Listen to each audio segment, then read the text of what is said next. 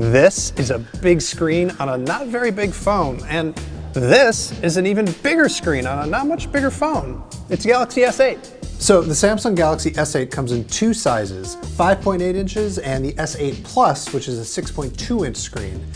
What's new here is that they're super tall because they got rid of the bezels on the top and the bottom of the phone.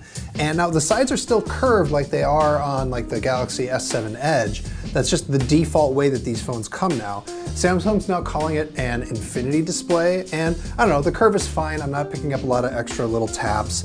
It looks really sharp, and it's got, you know, HDR color if you care about that sort of thing.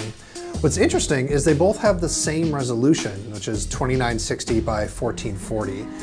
But you know, Samsung makes great screens and these look great.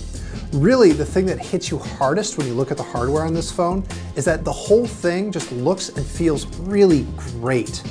The seams are even harder to find than they are on the S7 Edge. The glass just sort of melts into the sides and they don't have a camera bump on the back. This, honestly, it feels like some of the best phone hardware I've ever used. It's way better than, say, the iPhone 7. So getting rid of those bezels on the top and the bottom means they had to make some changes. So you'll notice there's no home button here in the front. It's not on the back either. What there is like a virtual home button. Samsung has added some haptic feedback. It's kind of like Force Touch on the iPhone, but it's only right here at the very bottom. And so even if you don't see a software home button, you can still press hard on that area of the screen, and that is going to take you home. If you want to unlock the phone, you actually have 3 different ways you can do it now. Well, 4. You can do your password or your pattern as usual, but there's a fingerprint sensor on the back. It is located right next to the camera, which is a little bit hard to reach and not great if you're left-handed. And it also means you're probably going to end up putting your finger on the camera sometimes, which could cause some smudges, so make sure you wipe it off before you take a picture. There's also iris scanning, which we saw on the Note 7 RIP, which is very secure. And then there's now face scanning. I don't think it's quite as secure as the iris scanning or the fingerprint sensor, but my God, is it fast. Like, look at how fast this thing unlocks. You blink and you miss it. You don't have to wait for it to scan your face at all. It just works. They're a little bit narrower than the Galaxy S7 and the S7 Edge, and they're just a little bit thicker, but not so much that you really notice it. What it means is that they can fit in a 3000 milliamp battery on the S8 and a 3500 one on the S8 Plus.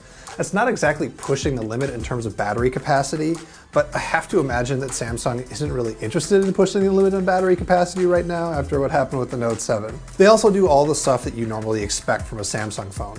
It's got IP68 waterproofing, there's 4 gigs of RAM, there's 64 gigs of onboard storage, and yes, there's expandable storage here, and yes, there is a standard 3.5mm headphone jack. One thing that Samsung didn't change is the camera. On the back, it's still a 12 megapixel sensor, although Samsung says it has improved the image processing software. We really like these cameras on the S7. I imagine they're going to be just as good, probably a little bit better here on the S8. One thing that is new is the front-facing camera. It's now 8 megapixels and it has autofocus, which is pretty cool. When you're in the camera, you're gonna start to see one of the big things that's new in the S8. It's called Bixby and it's Samsung's intelligent agent. So let me just show you how it works in the camera to start. When you've got the camera app open, you can hit this button and then it'll go into Bixby mode and it's going to auto-detect whatever it sees on the screen. So if I pointed at some flowers, it's going to recognize that they're flowers and show me pictures of more flowers, or maybe let me go buy some flowers.